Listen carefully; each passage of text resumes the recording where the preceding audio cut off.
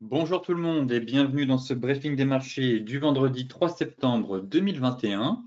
Avant de commencer, je vous laisse prendre connaissance de l'avertissement légal sur les risques.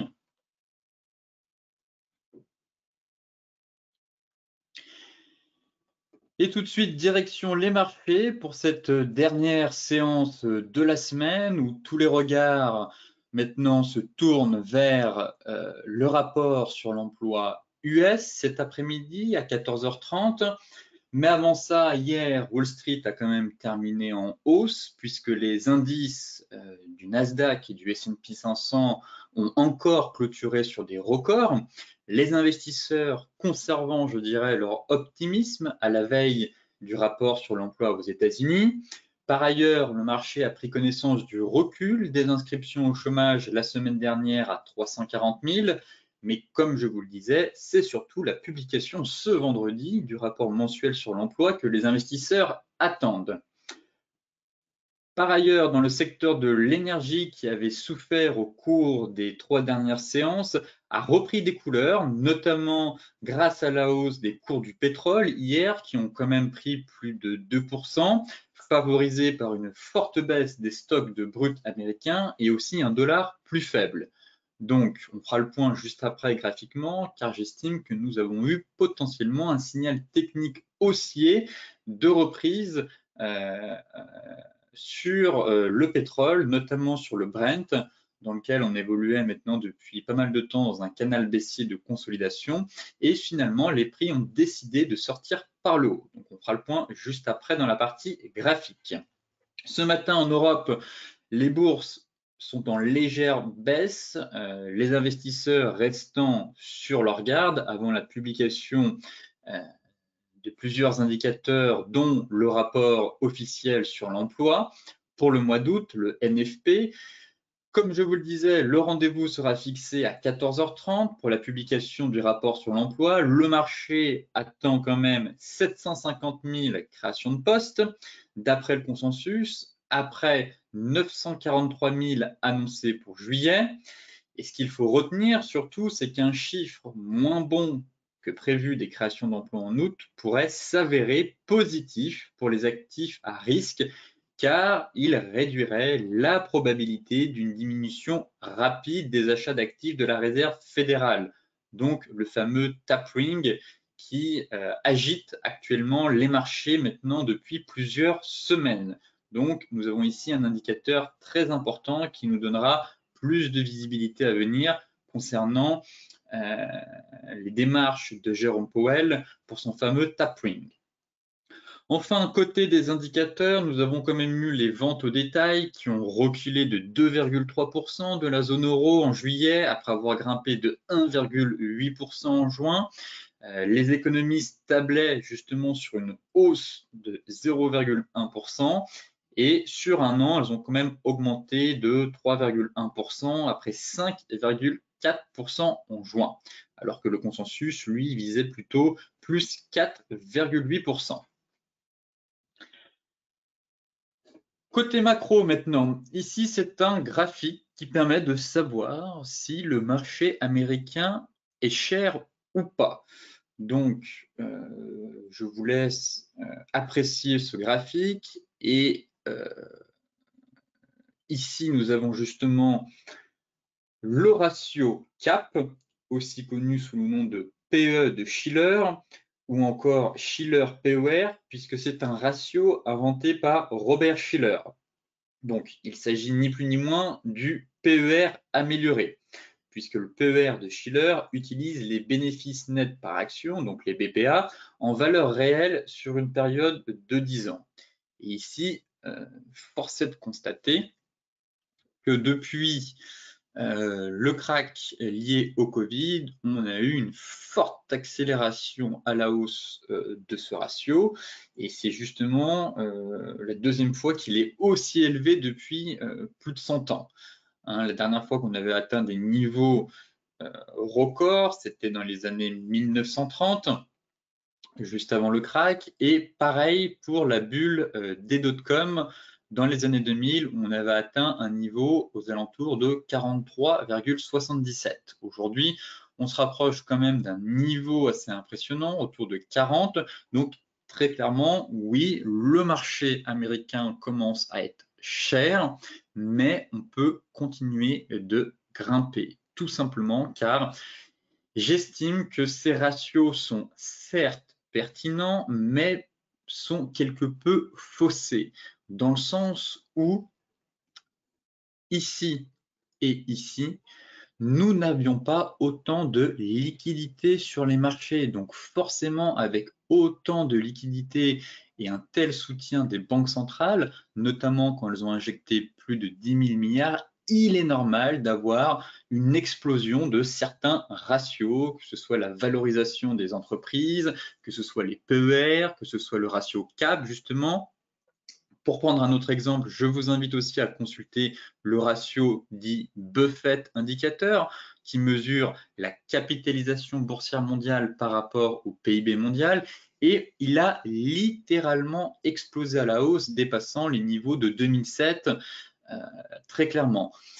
Tout ça est intéressant à prendre en compte, mais il faut encore une fois prendre du recul étant donné que ces chiffres, ces données, ces ratios sont, comme j'aime le dire, un peu faussés à cause des injections, du moins à cause ou grâce aux injections de liquidités depuis maintenant plus de 15 mois sur les marchés. Donc forcément, tant que les banques centrales resteront, comme je vous le disais, au chevet des marchés financiers, eh bien, elles devraient encore injecter des liquidités.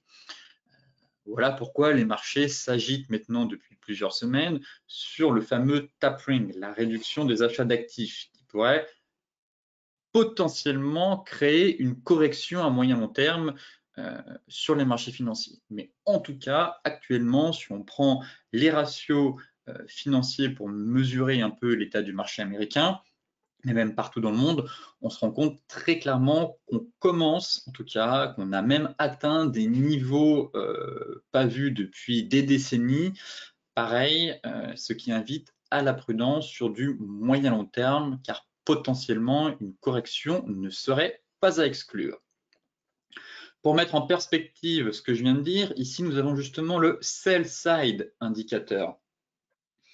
Et c'est un indicateur de sentiment contrariant.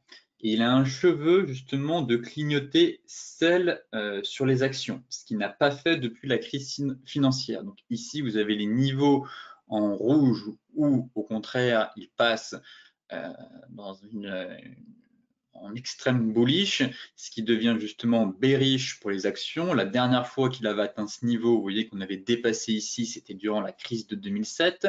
Derrière, on a eu une énorme correction. Alors certes, durant la crise des dot-com, on avait littéralement pulvérisé la zone extrême bullish. Mais encore une fois, on arrive en tout cas sur un niveau qui montre que oui, nous sommes dans des niveaux extrêmes. Actuellement, on marque une pause, mais on se rapproche justement de ces niveaux extrêmes. Donc, encore une fois, intéressant de mettre en perspective cet indicateur avec le ratio CAP que je vous ai expliqué juste avant. Et l'indicateur, cet indicateur, actuellement, on va dire, est neutre.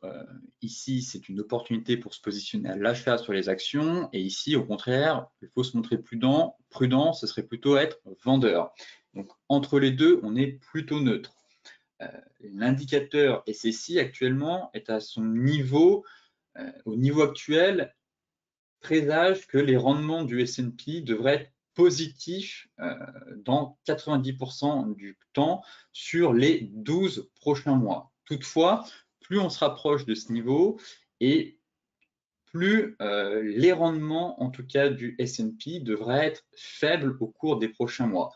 En général, lorsqu'on se situe plutôt ici, tout porte à croire qu'on devrait avoir des rendements assez conséquents et au fur et à mesure qu'on approche des niveaux extrêmes, ça laisse présager de faibles rendements pour le S&P au cours des 12 prochains mois. Et actuellement, le niveau actuel prévoit des rendements de prix sur 12 mois de seulement 7%.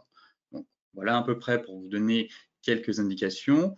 Mais j'aime bien en tout cas comparer cet indicateur avec aussi plusieurs ratios comme on a pu le voir dans la slide précédente, qui permettent un peu de prendre la température et de savoir si effectivement les marchés actuellement sont chers ou au contraire sont plutôt attractifs. Et là, très clairement, on a des indices quand même haut perché depuis pas mal de temps et des indicateurs qui commencent à clignoter, nous avertissant que oui, les marchés commencent à devenir chers et à atteindre des valorisations un peu extrêmes.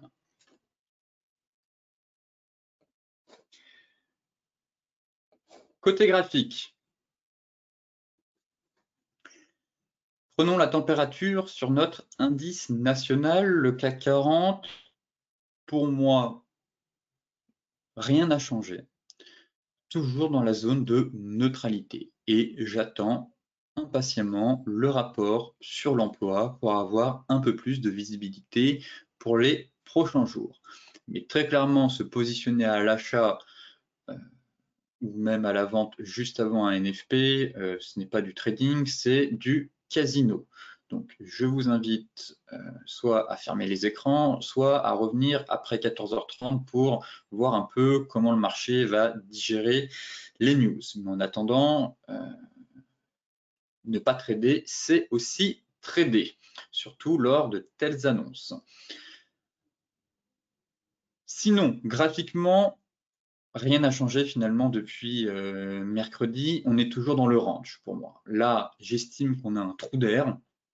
Je ne suis pas convaincu par le gap d'éjection qu'on a eu ici. Derrière, ça a vite calé. Je ne serais pas surpris tout simplement qu'on vienne combler ce gap avant de repartir. Mais pour moi, je me montre plus prudent, neutre tout simplement en fait, tant qu'on est dans cette phase de range entre 6780 et 6685. Mon plan, lui, reste le même. Je passerai acheteur de CAC 40 au-dessus de 6780 pour viser le gap et vendeur sous ma zone ici à 6585, couplé au précédent top de marché qu'on a eu juste ici. En données weekly, bon, pour le moment, on tient le niveau de support. Effectivement, on aura quand même réussi à reconquérir cette semaine. Bon, on était pile poil dessus, mais c'était limite. Et là, on a vraiment reconquéri l'ancien top au-dessus des 6685. Les acheteurs gardent la main, ça reste haussier, mais pour ma part, ici, neutre, balle au centre. Je passerai vendeur sous ce niveau pour aller chercher ma Tenkan et haussier ici pour aller chercher le comblement du gap. En attendant, rien à faire sur le CAC 40, même en données 4 heures. Il ne s'est absolument rien passé depuis mercredi. Je vous invite tout simplement à être patient et attendre les annonces du NFP cet après-midi afin d'avoir un peu plus de visibilité pour les jours à venir. Le DAX, exactement, de toute façon, le scénario est le même pour tous les indices. Le DAX, c'est exactement la même chose, il ne se passe absolument rien. Je garde quand même ce triangle. Certains me parlaient aussi, bon, en une semaine, en données weekly, on est au même point de départ, on travaille toujours notre oblique qui correspond à la borne haute de notre canal haussier mensuel. En daily, certains me parlaient aussi d'un triangle ascendant en reliant les bornes comme cela. Pourquoi pas? Je suis d'accord aussi. Effectivement, on pourrait faire des mèches, avoir un triangle ascendant, mais en tout cas, on est d'accord pour dire qu'on consolide dans une figure chartiste, très clairement. À moyen long terme, les zones intéressantes à surveiller pour potentiellement un flux directionnel impulsif, ce serait soit la hausse, une clôture au-dessus des 16 000 points, soit le franchissement à la baisse de notre oblique avec clôture sous 15 800 points. Voilà ce qui va m'intéresser et ce que je vais surtout surveiller sur le DAX dans les prochains jours. Et pour l'heure, rien à signaler, sauf les bougies qu'on a eues ici qui m'invitent effectivement à la prudence et même à passer baissier étant donné qu'on a des pattern de retournement. Un premier avalement baissier, du moins un gap haussier, on avale. Derrière, pareil, on fait un énorme gap, finalement, on avale de nouveau la bougie précédente. En tout cas, d'un point de vue des chandeliers japonais, on a des signaux de retournement. Mais derrière, on clôture sur un niveau de support. Donc, on ne vend pas un support, on attend au moins sa cassure. Et pour moi, la cassure sera donnée si les prix sortent par le bas de ce triangle, ce qui validera justement nos deux patterns de retournement qu'on a eu juste ici. Pour l'instant, rien n'est fait. On peut très bien les invalider si on remonte au-dessus et qu'on vient clôturer au-dessus des 16 000 points. Voilà pourquoi, pas de précipitation sur le DAX. Encore une fois, on a le NFP aussi dans quelques heures. Ça ne sert à rien de se mettre en face d'un flux à venir, sauf si vous voulez prendre des paris comme au casino ou que vous aimez vous prendre des portes de saloon dans votre trading. Mais sinon, je vous invite à rester à l'écart et d'attendre que la poussière retombe avant de prendre position sur le DAX. Mais très clairement, pour moi, on est dans une phase de consolidation, soit un triangle symétrique, effectivement un triangle ascendant. Je ne suis pas contre aussi si on coupe un peu les mèches. De ce fait, on attendra la rupture d'une des deux bornes pour avoir le top départ du prochain mouvement directionnel.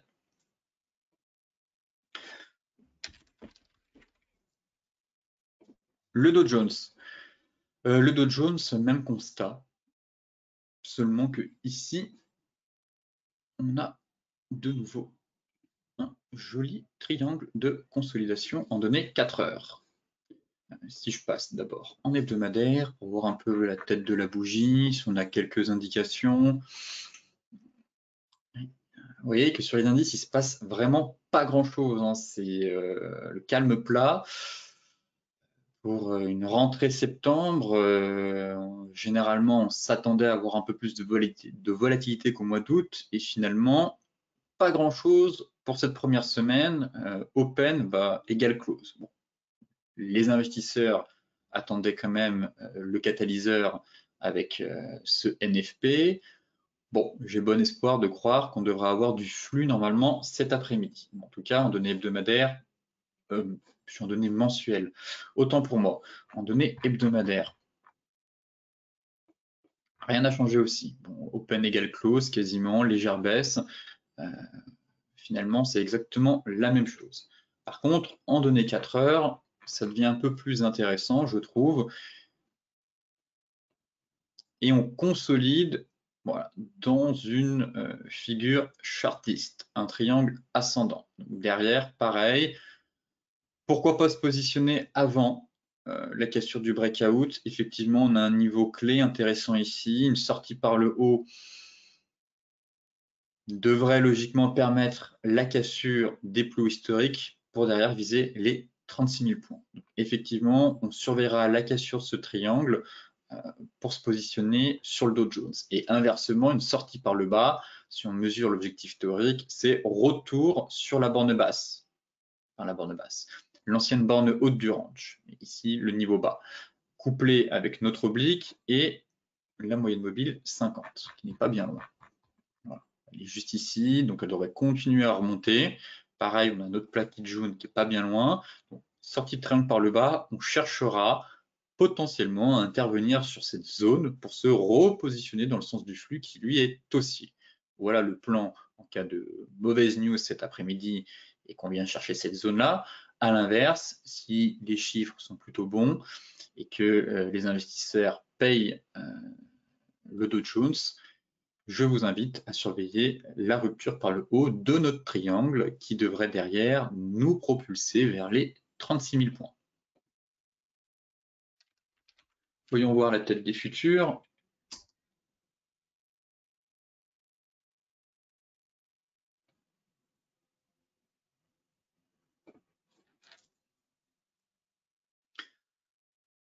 Les futurs légèrement dans le vert. Bon, j'aimerais quand même ici la cassure des anciens plus hauts. En données 4 heures, est-ce qu'on a un triangle? On n'a pas vraiment. C'est limite sur les futurs. C'est pas vraiment un triangle. Si on trace une oblique, on a très clairement Voilà, un niveau, plutôt un canal, ici à la hausse. On pourrait plutôt mettre comme ça, un canal haussier, mais pour moi, j'attends vraiment une percée au-dessus de ce niveau. C'est l'ancien plus haut, c'est ici notre zone.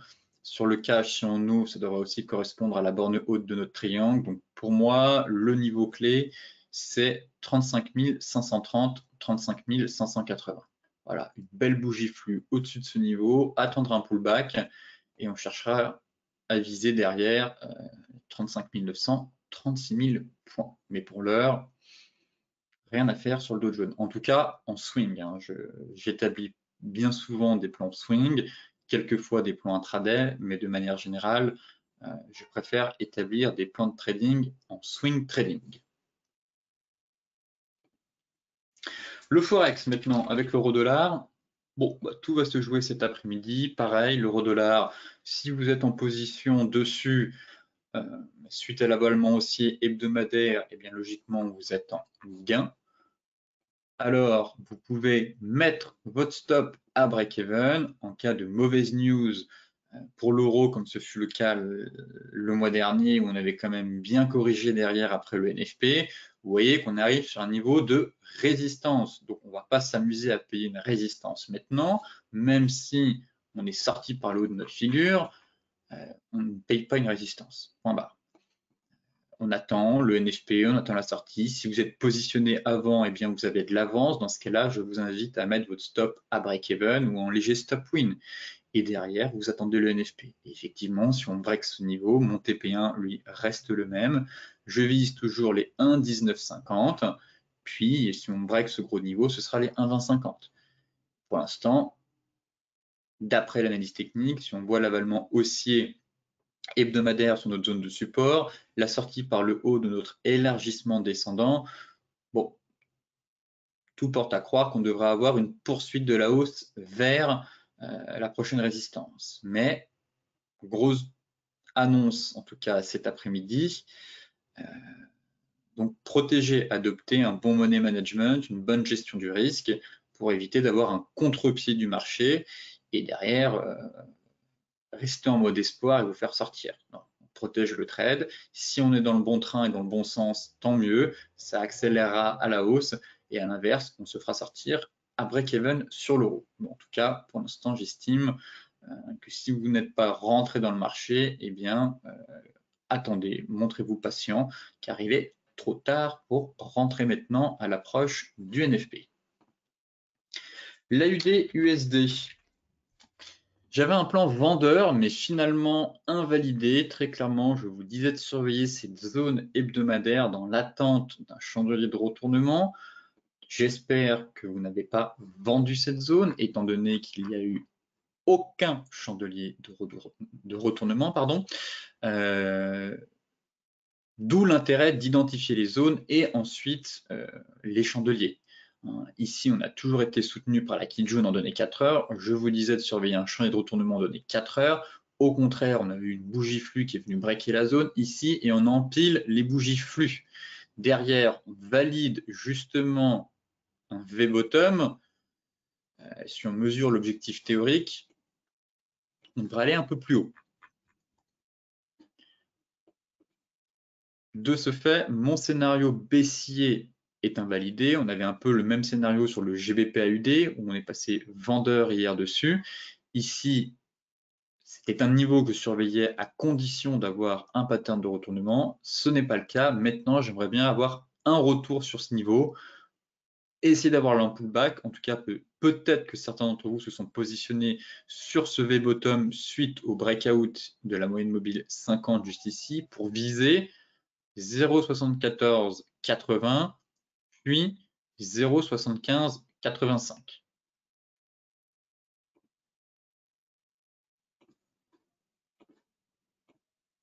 Ah, pour moi, on a une belle zone de prix ici. Je retire le TE.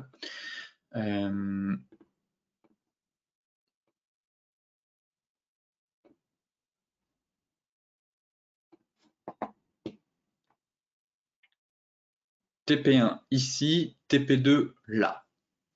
Derrière, bon, si on n'est pas dedans, pourquoi pas essayer d'avoir un pullback pour revenir avant de repartir avec un stop loss juste en dessous de la zone pour viser TP1 et TP2. Mais pour l'instant, en tout cas, on est plutôt bien orienté à la hausse. On valide le V-bottom. Et si on mesure un peu l'objectif théorique de ce V-bottom, on obtient à peu près, vous voyez, assez propre. Le TP2 qui correspond à notre zone juste ici. Voilà pour moi le plan actuellement, en tout cas ma prévision sur l'AUD-USD.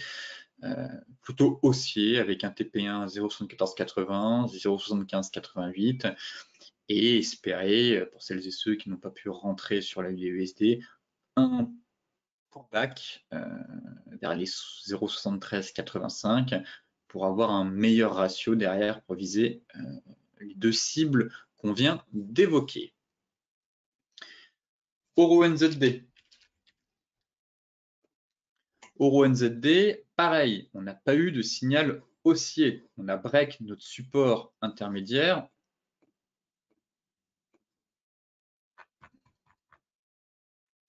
Vous voyez, on a break. Donc, comme je disais, on a break ce niveau. Derrière, peu de bougies de retournement, toujours des plus bas, des plus hauts, des plus bas de plus en plus bas. Mais on commence à arriver dans la zone, cette fameuse zone weekly qu'on a identifiée en début de semaine. Ici, on est dans un range. Par conséquent, il faudra surveiller un élément nous indiquant un retournement de marché pour de nouveau se positionner à l'achat et viser milieu de range, puis haut de range, TP1, TP2. Et dans un range technique, donc logiquement, les prix devraient de nouveau faire une nouvelle rotation vers la borne haute, en tout cas selon la méthode de trading range. Néanmoins, il est essentiel d'attendre changer de retournement ou via d'autres indicateurs, des éléments qui nous permettent de se positionner à l'achat. Et par contre, en l'absence de signal haussier, si le marché enfonce cette zone, je passerai vendeur. Je passerai vendeur avec un stop loss au-dessus de cette zone pour viser TP1 et TP2. Voilà mon plan sur l'euro NZD. Alors, je pense qu'on en reparlera la semaine prochaine. Pour le moment, on se dirige vers notre zone. On n'a pas de chemin de retournement, vous voyez, en données 4 heures, ni en données daily. Donc, on fera le point en début de semaine prochaine pour savoir si oui ou non il faut se positionner plutôt à l'achat ou au contraire déclencher une vente avec un stop loss au-dessus pour viser TP1, TP2. Enfin, le GBP AUD. Comme évoqué hier, je suis baissier sur cette paire. Je vous disais d'attendre un rebond pour affiner votre entrée. Hier, on accélérait, au moment où j'ai présenté cette vidéo, on accélérait à la baisse. On était quand même très éloigné de la Tenkan, d'où mon invitation à attendre un pullback pour rentrer avec un stop loss juste au-dessus des précédentes mèches. Donc, effectivement, si on rebascule en données 4 heures, vous voyez bien que le marché a effectué un léger pullback, ce qui permettait de revenir, en tout cas, chercher la Kijun. Je vous disais de placer un stop loss juste au-dessus des précédentes mèches. Ici, on voit qu'on a un plat. On peut maintenant abaisser son stop loss un tout petit peu, je pense, pas trop bas. On va quand même garder près d'ici. Donc là, on a un beau plat Kijun. Derrière, la Kijun continue de baisser. On a une belle accélération baissière. La moyenne mobile 50 qui continue à redescendre. Donc toujours vendeur sur le GBP AUD. Et le plan reste le même. C'est venir du coup chercher notre plat Kijun. Ou au moins les 1,85, à savoir l'ancienne ligne de coup du double creux. Vendeur, on pourrait bientôt mettre, je pense, son stop à break-even, quoique on est sur le niveau des 61,8. Voilà. Donc, on peut abaisser le stop Si vous êtes un peu frileux et que vous êtes bien rentré, vous avez attendu le pullback, eh bien, prenez une partie de vos bénéfices sur les 61,8. Pourquoi pas? Ce n'est pas interdit. Mais derrière, le TP final, le TP2, c'est plus bas. Et si on break le niveau des 61,8, dans ce cas-là, et que Chikou pulvérise Sakijun, mise à BE du trade protégé, mise à BE, et logiquement, le marché devrait aller chercher le Plakijun. Derrière, TP final pour moi sur le GBP/USD, soit le Plakijun, soit légèrement au-dessus vers le seuil psychologique des 1,85. Voilà le plan et je ferai le suivi aussi la semaine prochaine. Le gold.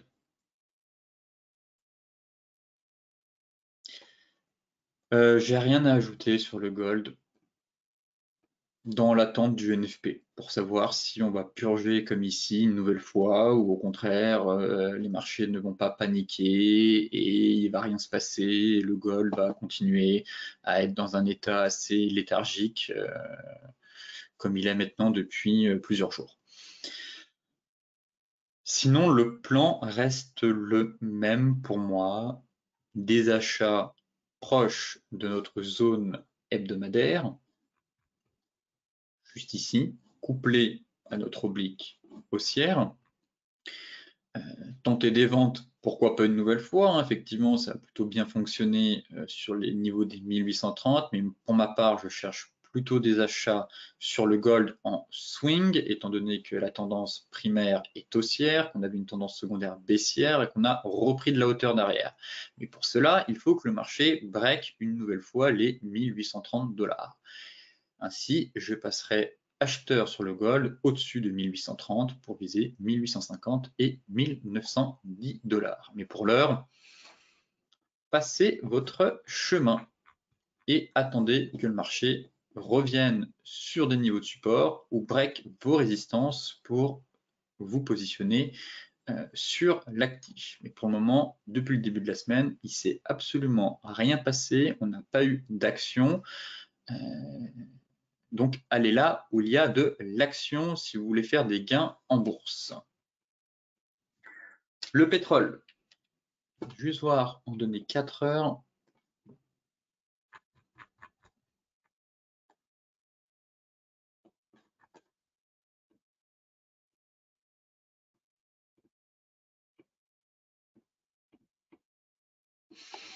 Bon, on pourrait réajuster un petit triangle, mais je suis pas fan non plus à 100% de la structure. Bon, on consolide très clairement dans l'attente d'un catalyseur.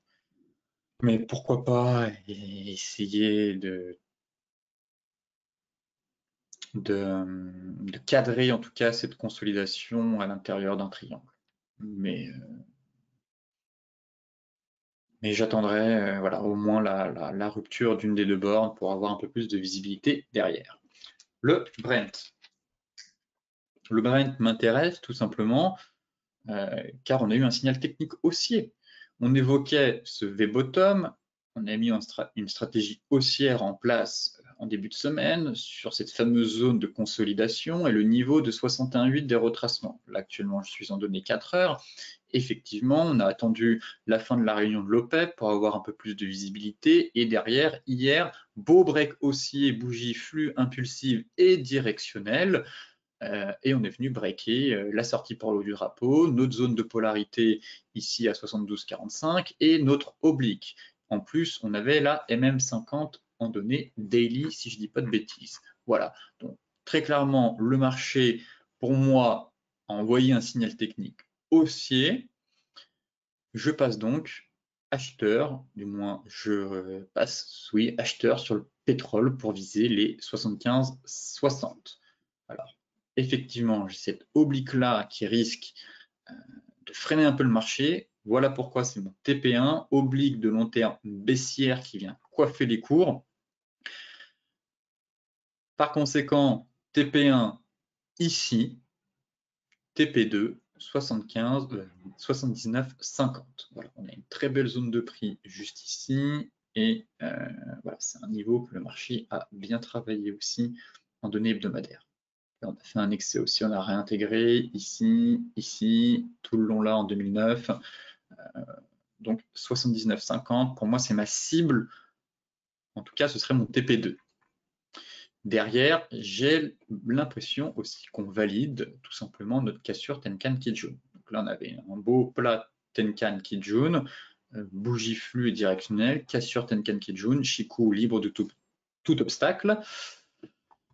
Derrière, canal haussier, consolidation à l'intérieur d'un canal baissier, sortie par le bas, break MM50, break résistance, break niveau des 61,8. Derrière, les acheteurs gardent la main. Voilà pourquoi je passe haussier. Invalidation du plan si on retourne sous la mèche basse ici, donc invalidation du plan haussier sous 70,30. TP1 ici, mise à BE et TP2 79,50. Voilà en tout cas mon plan concernant le pétrole. Maintenant, advienne que pourra. Et le WTI, lui, est en retard. Bon, on a quand même franchi à la hausse notre zone de polarité, le niveau des 51,8, mais on a encore un peu bloqué sous la borne haute du canal. Levé bottom est validé. Bon, logiquement, le light sous-performait à court terme le Brent. Vous voyez qu'on avait eu un retracement de 50% de Fibonacci quand on avait eu 61,8 sur le Brent. Voilà pourquoi on a un peu de retard, mais bon, je suis quand même haussier sur le pétrole quand je vois la configuration technique qu'on a sur le Brent, tout simplement. Et peut-être que le WTI va rattraper son retard, et dans ce cas-là, le TP1 serait ici, et le TP2 serait à 74,70. Je préfère quand même la configuration sur le Brent, tout simplement car j'ai eu ma cassure Tenkan Kijun en données weekly et pas sur le WTI. Mais je vois mal le Brent accélérer et le WTI chuter. Mais si je devais choisir l'un des deux contrat, je prendrais le Brent car je préfère la configuration des prix avec la cassure des 61,8 et ma cassure Tenkan Kijun dans le sens du flux. Mais le plan pour moi reste le même. Je suis maintenant haussier sur le pétrole avec plusieurs cibles à atteindre au cours des prochaines séances. Les cryptos maintenant pour terminer ce briefing des marchés. Le BTC, bon, données hebdomadaires, une semaine plutôt calme pour l'actif. On consolide, on tient le niveau de Kijun, donc ça c'est un bon point. En daily,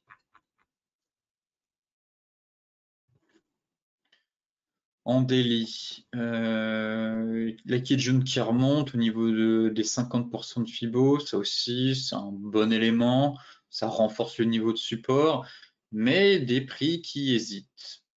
Et finalement, j'ai pas l'impression qu'on soit dans un triangle. J'ai vraiment envie de matérialiser cette consolidation maintenant dans un range pour éviter les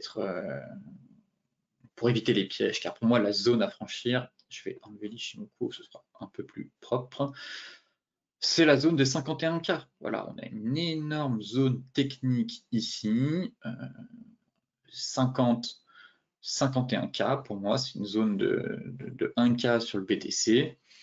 Et effectivement, j'ai le sentiment qu'on est dans un range technique, juste ici. Et autre élément que je surveille, c'est la configuration en biseau qu'on a avec le RSI. Donc un RSI qui consolide à l'intérieur d'un biseau, hein, effectivement, vous avez le droit de tracer des figures chartistes ou du moins mettre des droites de tendance sur le RSI. C'est tout à fait autorisé et acceptable. Et ce que j'aimerais derrière, c'est que le RSI sorte par le haut finalement de ce biseau descendant et me break mon oblique. Vous voyez, et logiquement, s'il me break ce niveau, derrière, il devrait break le niveau des 61,8 et des 51. Donc, accélérer à la hausse. il y a de la place, on n'est pas du tout en zone de surachat. Voilà pourquoi je surveille aussi mon niveau de RSI couplé avec mon niveau des 51K. Car effectivement, si demain on a une belle bougie, derrière, je pense que le RSI devrait aussi, lui aussi, sortir de ce biseau et potentiellement ouvrir la voie à une nouvelle jambe de hausse en direction des 53 250 puis 58 350. Voilà un peu ce que je surveille actuellement sur le BTC.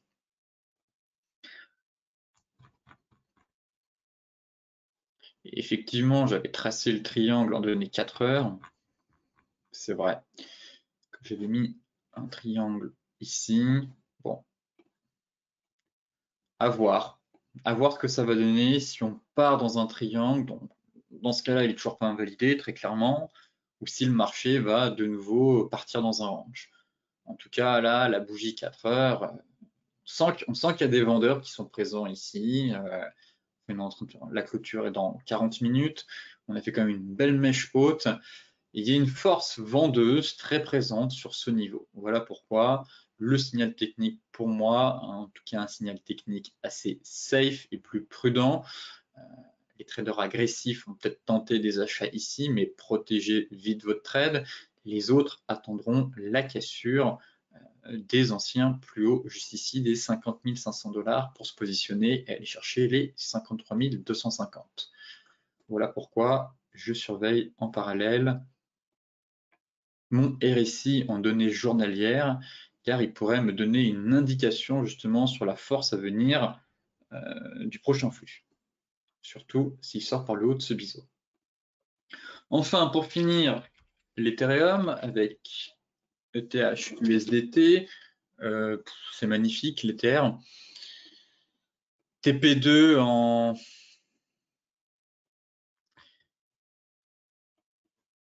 approche. Voilà. C'est propre, oui, c'est super propre techniquement en fait. Donc là, celles et ceux qui sont rentrés ici ont pris leurs bénéfices, fait TP1 ici, 50%, mise à break-even, enfin protection du trade à break-even. Vous pouvez même mettre un stop win. Je vous invite à remonter votre stop et mettre un stop win. Et derrière, TP2.